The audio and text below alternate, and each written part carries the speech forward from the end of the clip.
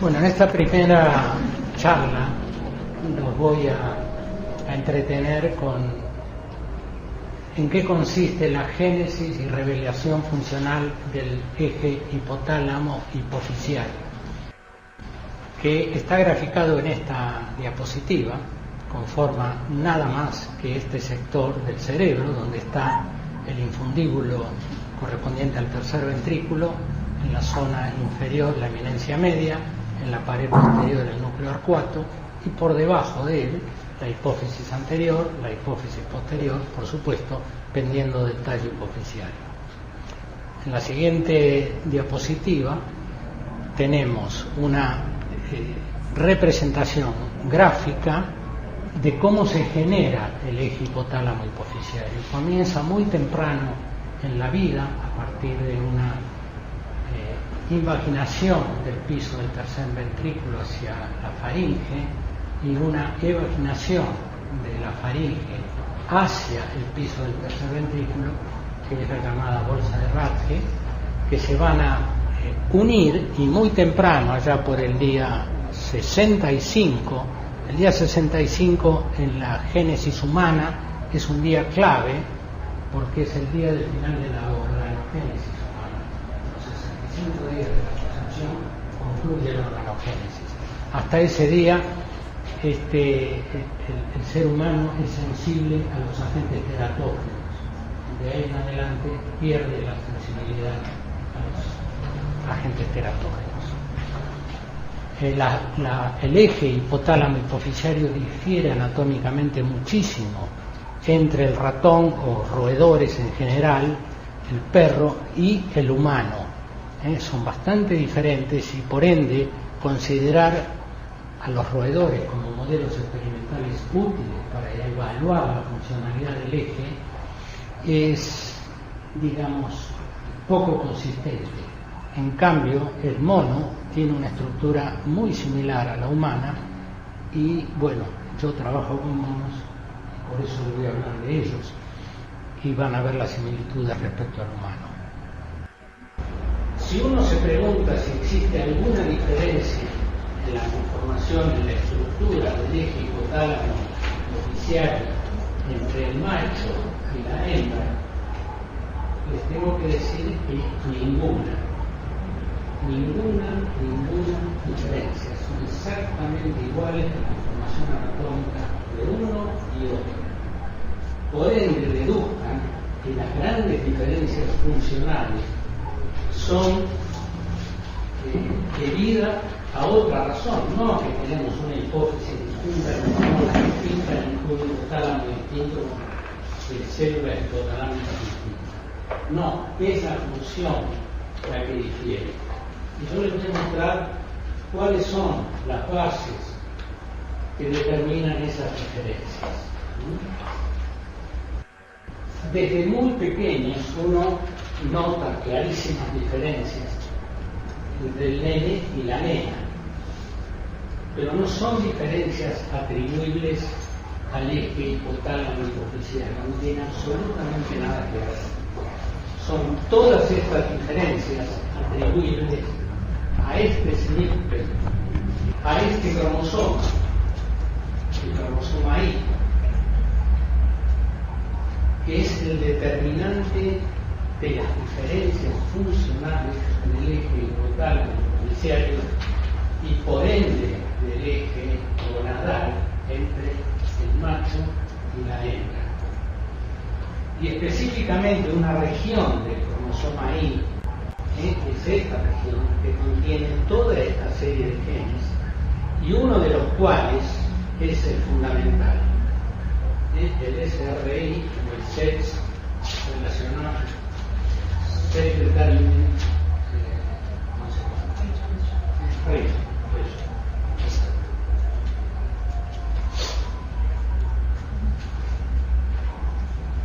este es el gen específico que hace a todas las diferencias que se van a entablar entre el nene y la nena.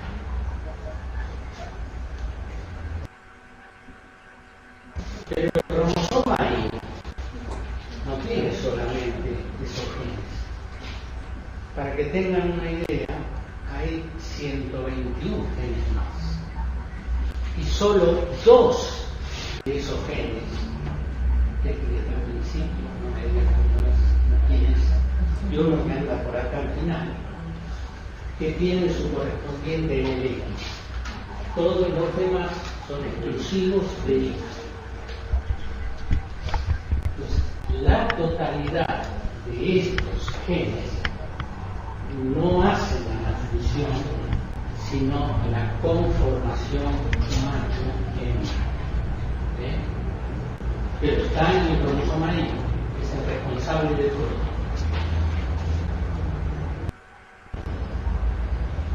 En cuanto a la funcionalidad del eje hipotálamo hipofisiario, se establece muy temprano en la vida. La neurogénesis de las células generadoras de NRH se inicia en la semana 10 de la gestación. Un feto en semana 10, con esta estructura de su sistema nervioso central. Y las neuronas que se van conformando ya en semana 11 están en capacidad de secretar el NRH. Y poco después en condición de secretar gonadotropina. Estamos hablando de prácticamente la semana 11 de gestación. Ahí cuando recién accedemos a la translucencia mental para ver si es un bebé de características normales o anormales. Mucho antes ya se estableció la funcionalidad del eje hipotálamo hipofisiario. Por ende, cuando se secreta el NRH hacia la hipófisis, comienza la secreción de gonadotropina. Misteriosamente, y la causa se desconoce en absoluto, antes del mes de vida, la secreción de gonadotrofinas se detiene. Y la nena entra en lo que se llama, la nena y el nene, entra en lo que se llama un silencio gonadotrófico absoluto. Quizás ustedes se pregunten, ¿y por qué ocurre esta escena que está graficada acá? Curiosidad.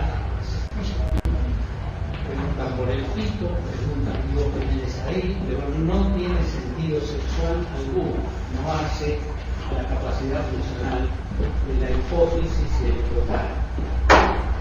Cuando las gonadotrofinas retornan a la circulación, se establecen los signos puberales, aparecen signos de espermatogénesis en el varón, la menarca en la mujer, y un poco más tarde la primera ovulación. Y ahí el eje hipotálamo hipofisiario está a plena función y es el momento a partir del cual no somos nada. Este es un cuadro que muestra en chicos, niños y niñas, al momento de nacer, el tenor de testosterona en los chicos, de testosterona en las niñas, de LH en los chicos y de LH en las niñas, hasta las 24 horas postnatales, tomando sangre del color del niño. Y ustedes observen una notable diferencia. El varón tiene más testosterona, más capacidad de generar testosterona que la niña.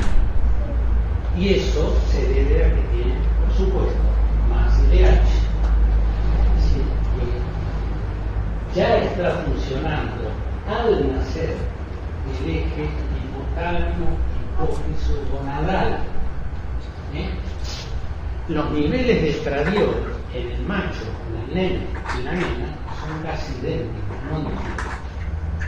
Y uno se pregunta, ¿qué pasa si estos niveles por alguna razón se alteran al nacer un poco antes de nacer? Porque esto está funcionando un poquito antes de nacer. Esta es la inversa. En lugar de medir lo que producen, se castran al nacer. Y arriba están los niveles de FSH en niñas y en nenes, y los niveles de LH en niñas y en nenes por castración. ¿Ustedes tenían idea de que un recién nacido castrado se le elevan las gonadotrofinas como un adulto? Bueno, muy bien, las gonadotrofinas inmediatamente suben. La curva que están viendo aquí, para las niñas y para los nenes. Pero después, aún estando castrados, ingresan en el silencio gonadotrófico las niñas y los niños. Un periodo que aproximadamente dura 10 años. Las gonadotrofinas no aparecen, se llama silencio gonadotrófico. Cesa el silencio gonadotrófico y le vuelven a aumentar a los castrados las gonadotrofinas, ya quedan castrados de por vida. Las niñas serán con un patrón hormonal tipo menopáusico a los 12 años, 11 años, 13 años, y los varones exactamente igual. Además que el varón no tiene menopausia, pero tendrá hipergonadotrofinemia debido a la ausencia de testículos. ¿Qué interpretan ustedes de este hecho? Es que el neonato tiene totalmente constituida la función del eje hipotálamo hipófisis gonadal. No es lo que siempre se creyó, que para llegar a la pubertad el eje tenía que madurar. No, ya está maduro cuando nace, en condiciones de responder como un adulto, exactamente igual. Y ya en la vida adulta, llegada a la etapa de la pubertad, las diferencias entre la funcionalidad del eje hipotálamo hipoficial difieren notablemente en el macho de la hembra. ¿En qué difiere? Que la hembra es cíclica, la niña es cíclica y los varones son monofásicos, digamos, no tienen ciclicidad. Esto nos hace pensar que las mujeres tienen un sistema. Lo voy a me voy a suicidar. ¿Quiere que lo pasemos directamente de ahí? No, yo lo voy a ver. Ahora tocando el medio, tocando el botón de pasar me pasaba nada. Lo que pasa es que con el dedo gordo no hace grande. El sistema de contralor de la función gonadotrófica en la mujer tiene muchos más controles que el simple botón que tiene el hombre. Esto es a propósito de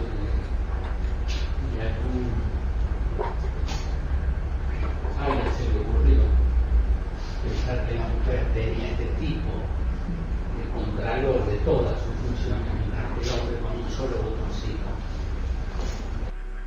Hubo una serie de investigadores, yo resalto a estos tres, para mí son los que dieron en la tecla para poder hoy conocer todo lo que conocemos respecto a la función del eje hipotálamo hipófisis ovario. Estos dos, Andrew Schally y Roger Willemins, premios Nobel junto con Rosalind Yarrow. Tanto Schally como Willemins fueron los descubridores del GnRH, de cómo estaba constituido el GnRH, un dicapéptido que fue durante años tratado de identificar y al final lo lograron. Y Rosalind Yarrow fue la que desarrolló el radiomensaje.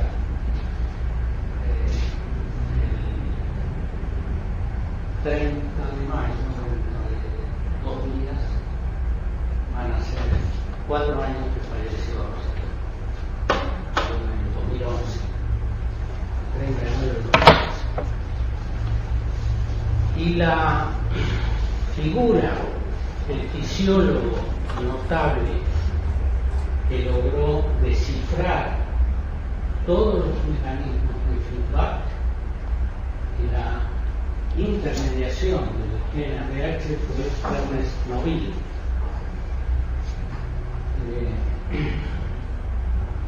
Merece, quizás es egocentrismo, pero tuve la suerte de trabajar con estos dos señores, con Ernest y con Shai. Y yo siempre lo traigo en colación a propósito de una crisis que tenemos ya desde hace un tiempo, que es que difícilmente los argentinos que nos estemos formando hoy tengamos la oportunidad de trabajar junto a un premio Nobel. Tenemos que hacer tiempo, nos hemos despedido y no sé cuándo volveremos a tener esa oportunidad. Pero una vez existió. Yo trabajé con estos dos, con 4 más, con 6 premios Nobel.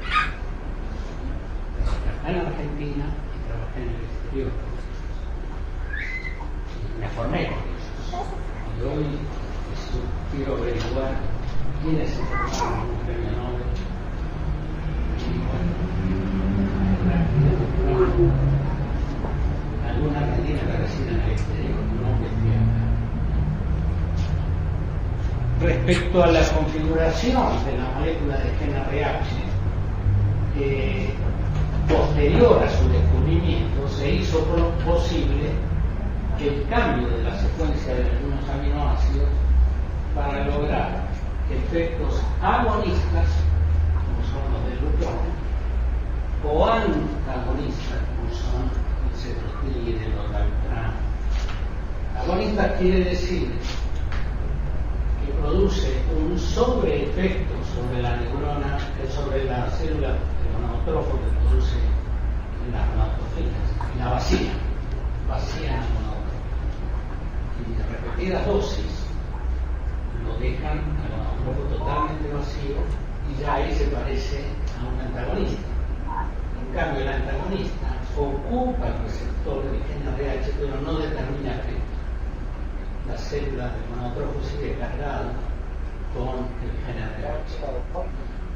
Y liberado del antagonista, por ejemplo, el cetrotil a las 30 horas deja el bloqueo de los receptores y se produce la descarga de LH. Si no va a usar el cetrotil, tiene que dar antes de las 30 horas repetir las dosis para mantener presionada sin función el gonadotrófo.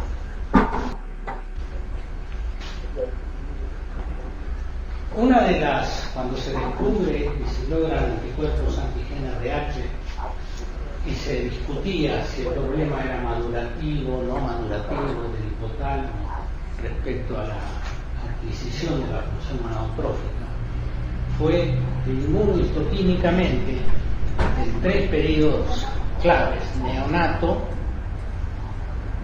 puber y adulto, marcar el hipotálamo, la eminencia media y el núcleo 4 para ver si había gen RH. En los 3 estadios el gen RH está. Esto confirma lo que dije al principio, que las neuronas productoras de gen RH van muy temprano en el desarrollo. Acá por la semana 10 ya están instaladas en el hipotálamo. Y esto lo confirma. ¿Sí? Y a propósito de mi dedicación a los monos y trabajar con ellos, justamente radica en que el eje hipotálamo hipoficiario de estos animales se conserva desde hace más de 6 millones de años y es idéntico al del ser humano. Y de ahí que las experiencias de estos animales han aportado datos decisivos a lo que sucede en los roedores, por ejemplo. Siempre hubo una discusión si los hallazgos en roedores son los que representan realmente la funcionalidad de la mujer. o los hallazgos en primaria. Esa discusión terminó ya hace algunos años. Los dos que discutían más, Carlos Novil y Macán, la discusión, los libros hoy dicen lo que decía Novil.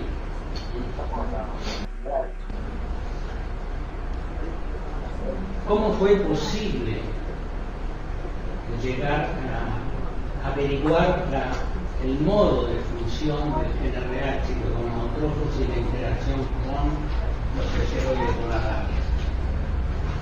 Y fue gracias a este instrumento que tiene 1 milímetro de diámetro y tiene vías para estimulación eléctrica o lesión eléctrica, vías para tomar muestras y vía para inyectar.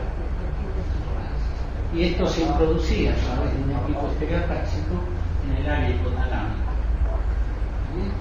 o incluso en el sistema OPO. Y ahí se iba liberando el GNRH, o se destruía o se sacaban muestras. El uso de este instrumental permitió llegar a unas cuantas conclusiones. El primer trabajo compara una lesión suprahipotalámica, es decir, que todo lo que llegue del cerebro está interrumpido y deja sano la zona hipotalámica y la hipófisis. ¿Y qué pasa en un mono al que se le hace eso? La menarca, este es el grupo tratado, el grupo lesionado, y este es el grupo control. La menarca se adelanta. Pasa lo mismo con la primera ovulación. Se adelanta, 40 contra 51. Al peso no le den bolilla. Hay algunos efectos, pero no es importante. Menarca y ovulación se adelanta. ¿Qué quiere decir esto? Que todo lo que está por arriba, incluido el cerebro, son inhibitorios de la función del hipotálamo. Si saco el cerebro, las cosas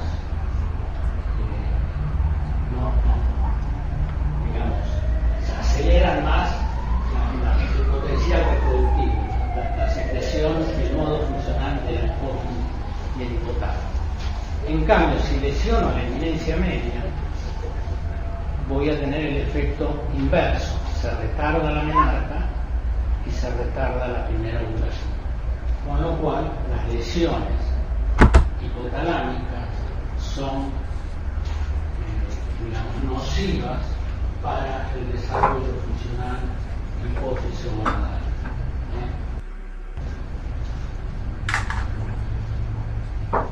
El segundo hecho fue con ese mismo sonda medir, provocar estímulos eléctricos en la zona hipotalámica y ver cómo respondía la secreción de GNRH. Y si eso se hacía,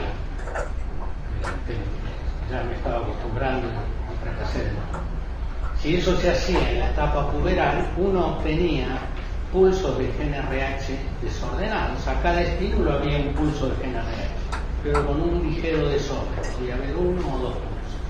A medida que nos acercábamos al desarrollo puberal, los pulsos se iban normalizando y sucedían en respuesta a un estímulo, un pulso, y finalmente en la etapa puberal cada estímulo provocaba un pulso de GNRH. Acá comenzaba a hipotetizarse que el control de la secreción de GNRH es de orden pulsante y eléctrico. Yo que estoy provocando eléctricamente eso. Y efectivamente, cuando uno mide durante el ciclo menstrual el voltaje en la zona hipotalámica, esto es el voltaje durante el día y el voltaje durante la noche, esto es en la fase folicular, esto es en la fase lútea, Y estos son los pulsos de GnRH. Cuanto más voltaje tiene el pulso eléctrico, más frecuente y más amplitud tienen los picos. Cuando sobreviene la fase lútea después del pico de LH y el ascenso de progesterona, estos respuesta al estímulo eléctrico decae, pero decae la electricidad del hipotálamo también. Esto es muy parecido a los nódulos sinusal cardíacos, como en el latido cardíaco, que varían durante el ciclo. La pregunta que uno se hace es por qué, si yo tengo este ritmo de pulsatividad de GnRH, en los primeros momentos del ciclo tengo más FSH que LH. Después ya se empareja. Finalmente tengo la descarga de LH, la descarga de FSH, pero eso se debe al pico de estradiol. Y consecuentemente se deprime la actividad eléctrica. Y la aumento de la progesterona, es un ciclo ovulatorio completo.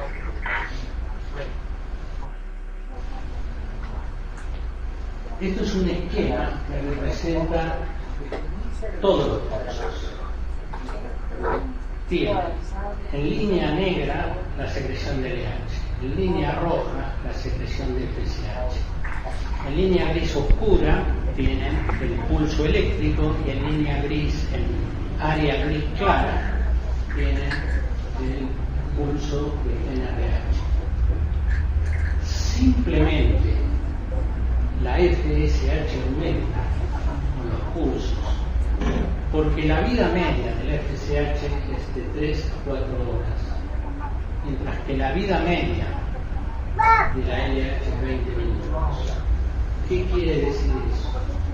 Que la LH entre pulso y pulso se cae, los pulsos son casi 60 minutos, se cae, sube y se cae, pero la FSH no, va sumando, y por eso hace el perfil que ustedes ven al principio del ciclo, elevándose y dibujando ese aumento al inicio del ciclo. ¿Por qué se cae después? Aumenta el estradiol. Es un inhibe, el par negativo inhibe la FSH. ¿Lo entienden? ¿Sí? Acuérdense de esto, vida media de 1, LH 20 minutos apenas, vida media de FSH 3. Si eso lo llevamos a lo que usamos farmacológicamente es un disparate. Porque la FSH inyectamos vía farmacéutica tiene 19 horas. Así que desde el punto de vista fisiológico lo que estamos dando potencialmente es una bomba. Por suerte no tiene la potencia funcional de la FSH natural.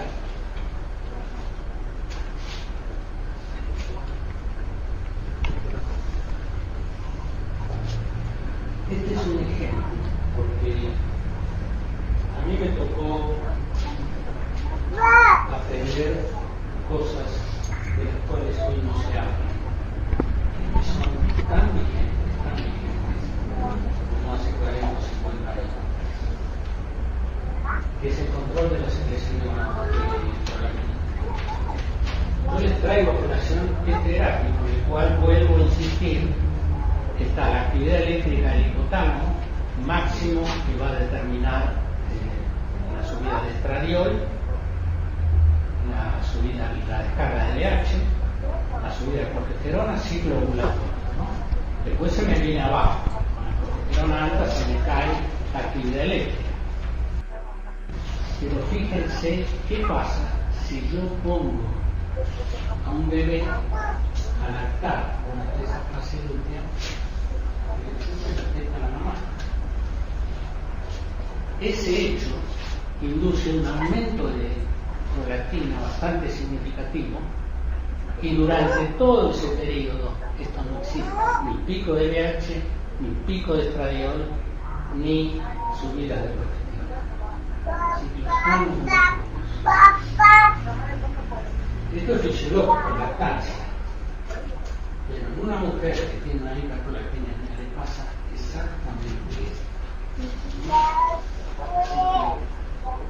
Entre los diagnósticos de esterilidad figura como primera consideración nivel de prolactina. Bueno, manejando al gen RH, que existió farmacológicamente, antes se lo llamaba LH-RH, los factores de la de LH. Son posibles maniobras, como por ejemplo inducir ciclicidad menstrual en prepúberes y en infantes, tan solo administrando de manera pulsátil al gen RH. Y esto es exactamente igual que en la amenorrea hipotalámica. Yo puedo solucionar un problema de amenorrea hipotalámica administrando en forma pulsátil gen RH. Y con una aproximadamente lleva entre 15 y 25 a 30 días de tratamiento, voy a lograr que poco a poco se restaure la secreción de estradiol, que por supuesto responde a la incentivación de picos de LH, y ovulaciones con menstruaciones, ¿no? Subidas de progesterona, ¿sí? Solo manteniendo infusión de gen RH, pero por supuesto con gonada presente en los ovarios. Si yo le lesiono, este es el caso de una amenorrea hipotalámica, lesiono el hipotálamo después que esto es un animal, repito, son monos, que ha tenido una elevación de estradiol, el pico de LH normal, le hago una lesión hipotalámica, por supuesto que todas las gonadotrofinas se me van abajo. Y si yo le doy estradiol, no logro hacer un pico de estradiol, pero no logro hacer un pico de gonadotrofina, una subida, una caída, porque estoy con el hipotálamo bloqueado. Y le introduzco una pulsatilidad de gen RH y voy a lograr otra vez generar aumento del LH, aumento del estradiol, picos del LH y ovulación. Este es el esquema que publicó Jen ya hace cuántos años sobre el tratamiento de la amenorrea hipotalámica. La amenorrea hipotalámica en aquellos años la cosa era difícil. Esto es para probar que cuando yo tengo una lesión hipotalámica necesito del estradiol para que el feedback en LH se produzca.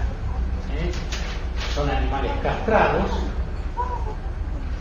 a los cuales les he hecho una lesión en el hipotálamo, con lo cual las gonadotrofinas se me van al piso. Yo genero la descarga en la pulsatilidad de gen RH y las gonadotrofinas me van a aumentar, actúa sobre la hipófisis, pero solo voy a tener feedback negativo y positivo si pongo un implante de estradiol, porque el ovario no estaba. Entonces acá surge la primera evidencia que las dos cosas son necesarias para una normalidad funcional del eje hipotálamo ovario. Gen RH y ovario sobre estradiol.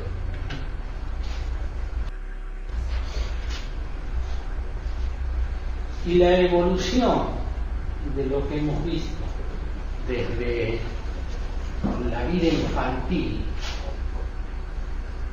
hasta el adulto se puede resumir en este gráfico. Factores inhibidores del sistema nervioso central que van a actuar en la fase inmadura, digamos, y que van a determinar el silencio gonadotrófico.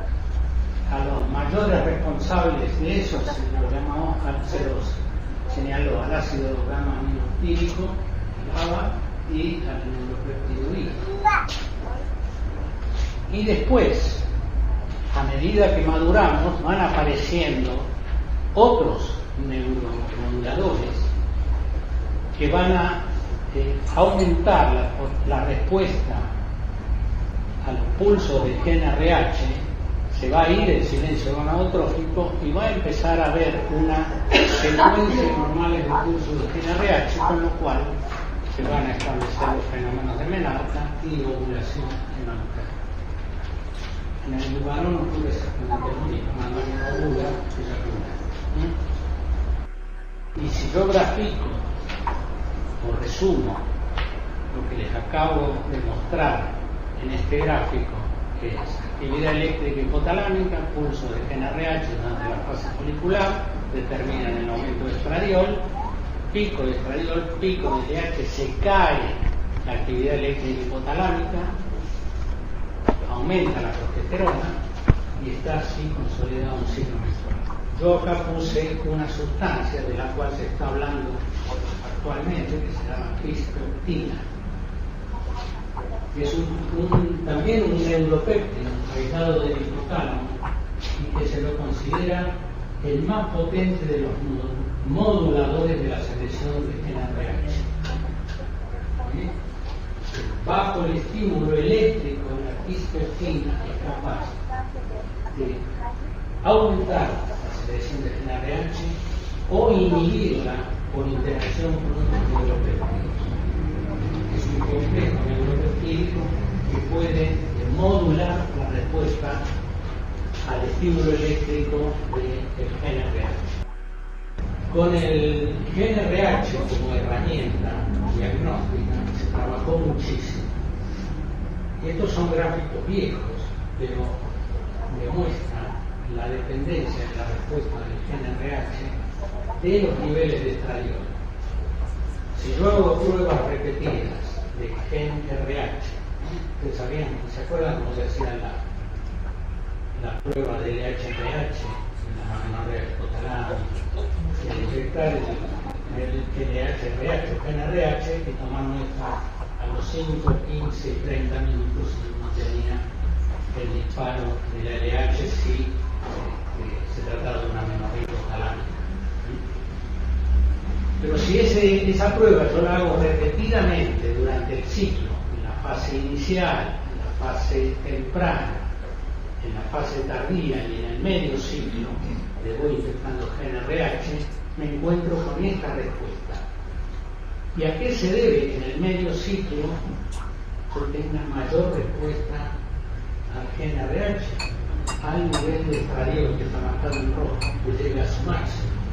Me sensibiliza al enfoque. Este trabajo establece ese concepto. El RH requiere para tener mayor efectividad la presencia de estradiol.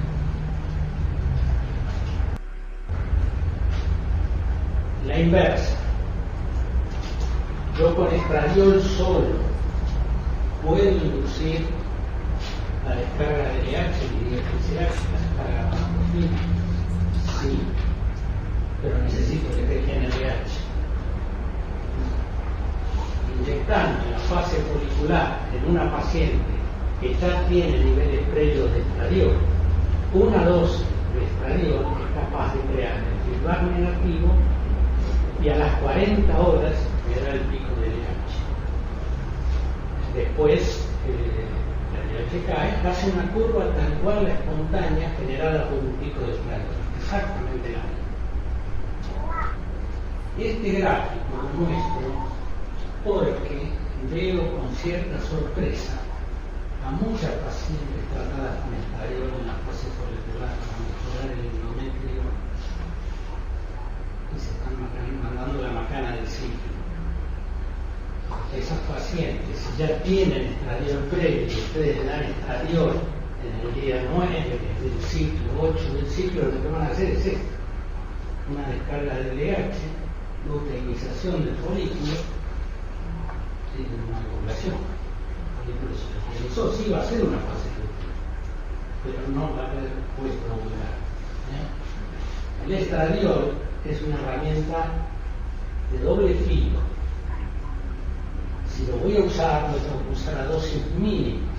Y si es posible, en lugar de estradiol, nitrógeno débil, como se usaba el estrígeno. y no es capaz de desencadenar esto. Tampoco el estrés va a tener efectos sobre el organismo. Por ejemplo, si quiero mejorar el moco, el estrés. O dosis muy bajas de estrés, no más de 0,5 miligramos, porque con 2 miligramos yo puedo inducir este tipo de respuesta y estropeo el camino. Lo refresco para que vuelvan a tener en mente cuán importante es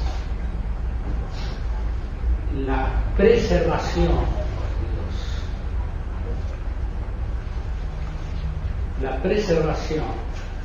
de los niveles de estradiol en la niña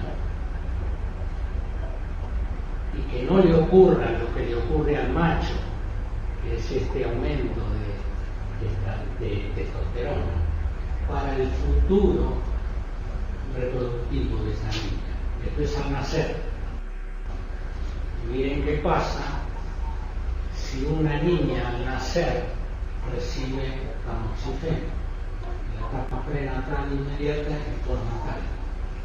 Se transforma en un macho, su hipotálamo en hipófisis. No va a ciclar más.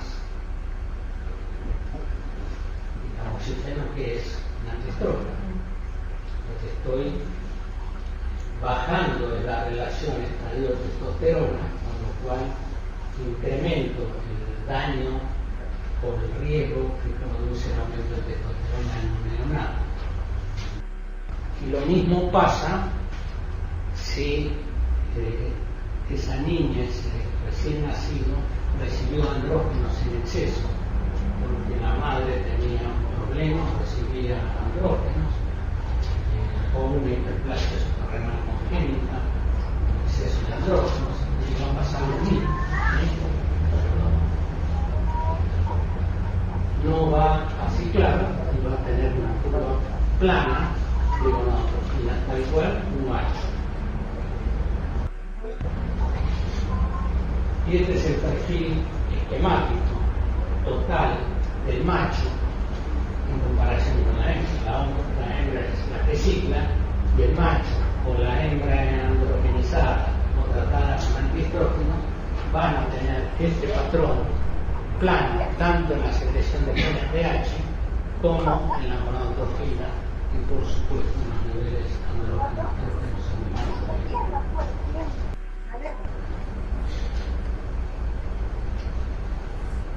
A modo de resumen, para que ustedes recuerden dónde reside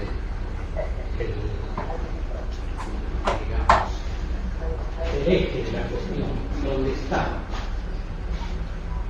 Recuerda, si yo tengo lesiones que me lesionan todo el área anterior del cerebro o todo el área superior por encima del hipotálamo, conservo los niveles de RH, porque tengo hipotálamo, hipófisis y tálamo, y tengo los efectos feedback positivos y negativos, porque tengo el hipotálamo y el hipotálamo. En cambio, si yo lesiono la eminencia media, núcleo acuado o el tallo hipofisial, pierdo totalmente la secreción de gonadotropina, el estradiol no va a ejercer ni efecto positivo ni efecto negativo, y la única forma de restaurar las cosas es con genes de RH ¿sí? O dando directamente gonadotropina y usuario. Y esto resume que la ciclicidad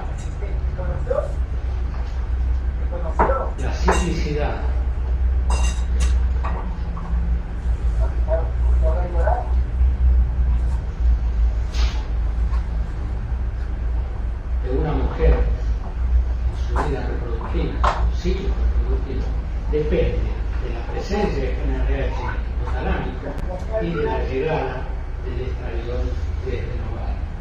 ¿Sí? ¿Entiendes?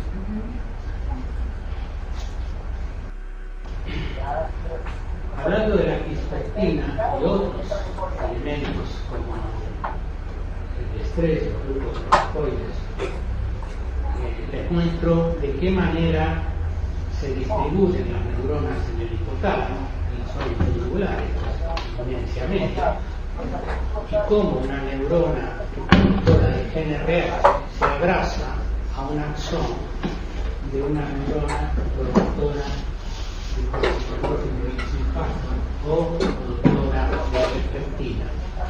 ¿Sí? La de corticotrófico infarto inhibe la secreción de GNRH, es decir, el estrés es decididamente inhibitorio de la secreción de GNRH, mientras que la quispectina es estimulatoria de la secreción de GNRH, potencia. Y hay otra serie de elementos, además de la quispectina, que siempre es mayor en la hembra que en el macho, porque la hembra descarga hijos de LH, el macho no descarga nada, ni la bolsa de supermercado. Pero además está la oxitocina, que actúa o directamente sobre el gonadotrófico, aumentando la secreción de LH, el neuropéptido I, que lo hace por dos vías, o directo, aumentando la secreción de LH por el gonadotrófico, y a través del GNRH. Esta es la llamada molécula del amor, esta es la molécula del apetito, esta es la neuromodulador de situaciones traumáticas físicas, postraumáticas, digamos, cuando existe un trauma grande, el pacaje, directamente, no actuando sobre el gonadotrófico, sino sobre células que elaboran, que secretan interleuquina, van a estimular la secreción de LH por trauma físico. Lo mismo pasa con el dolor psíquico,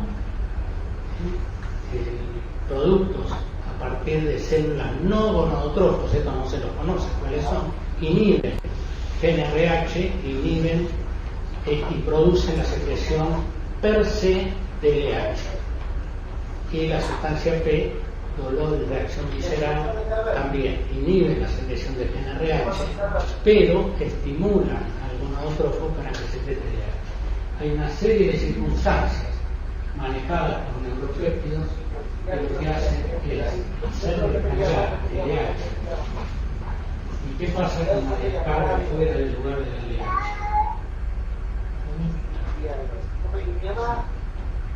Soy un folículo de 11-12 milímetros que de golpe no crece más. Ese folículo resultó luteinizado por algunos de los factores que actuó y me arruinó todo el plan que yo tenía con el tratamiento de los pacientes. Además de todo, el cerebro humano se ha condicionado a distintos estímulos y han aparecido una serie de neuromoduladores de la función reproductiva, tanto para la mujer como para el hombre, y que hay que tenerlos en cuenta. Bueno, esta es la primera parte de mi charla y debe ser el concepto de que el eje hipotálamo, hipófisis o ovario se ha adaptado en su funcionalidad para asegurar la subsistencia de la especie, y que eso viene ocurriendo desde hace más de 6 millones de años atrás, pasando por Neandertal y hasta mi familia, mi hijo, mi nuera y mis nietos, y seguirá así a menos que el ambiente vaya cambiando las condiciones, que es un hecho que está sucediendo. Bueno, la primera parte está lista, sí.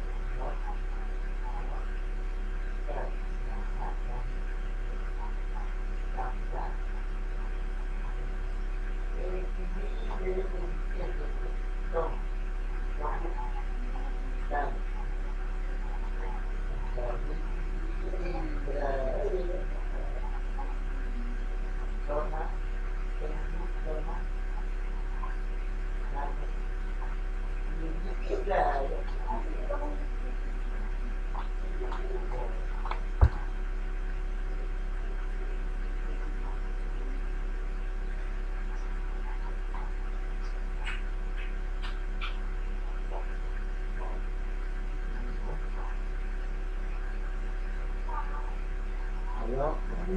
Acá.